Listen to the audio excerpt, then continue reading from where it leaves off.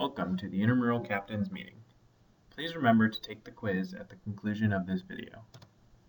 Captains have numerous responsibilities, including understanding team policies, relaying information to team members, and game day procedures.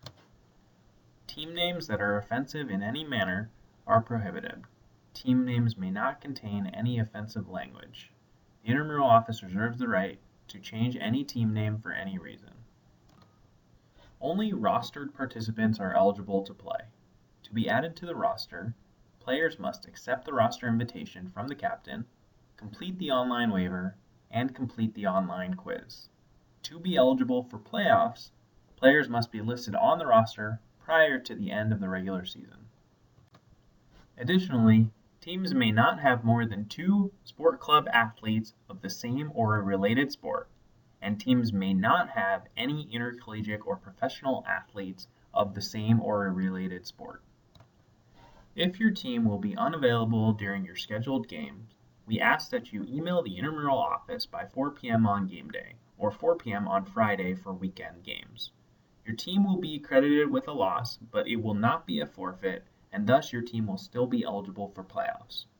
However, 2 defaults will result in removal from the league without a refund. A forfeit is when no players are present at game time and no notification is given, or when sportsmanship issues lead to a game being canceled by the officials. All teams who forfeit are no longer eligible for playoffs. On to the 3-on-3 basketball playing rules. Obviously, teams must have 3 players on the court. A match consists of the best of 3 games, with each game being played to 15 points, win by 1. All baskets are worth 1 point. On all change of possessions, the ball must be cleared to the 3-point arc. Dunking is not allowed before, during, or after the game. All rules not explicitly stated in the intramural rulebook found online follow the National Federation of High School Sports Rules book. Sportsmanship is vital in intramural sports. We ask all participants to be respectful to the opposing team, spectators, and intramural staff. Only you, the captain, should be discussing rules or calls with the officials, and it should be done in a respectful manner. Profanity will result in unsportsmanlike conduct penalties. At the end of each game, the officials will assign a sportsmanship rating based on the benchmarks below. A 2.5 is the highest grade a team may receive if issued an unsportsmanlike conduct penalty. A 2.0 is awarded if a team receives multiple unsportsmanlike conduct penalties or a single ejection. If multiple ejections occur, a 1.0 is the highest grade that can be given, and a 0 is used for any team with very poor behavior or fighting. Individual players may be ejected and suspended for the following reasons: participating under an assumed name, dissent towards the intramural staff, earning 2 unsportsmanlike conduct penalties in the same game, using offensive or vulgar language directed at another individual, fighting or violent behavior, and possession of alcohol or participating while intoxicated. Remember though, this list is not inclusive.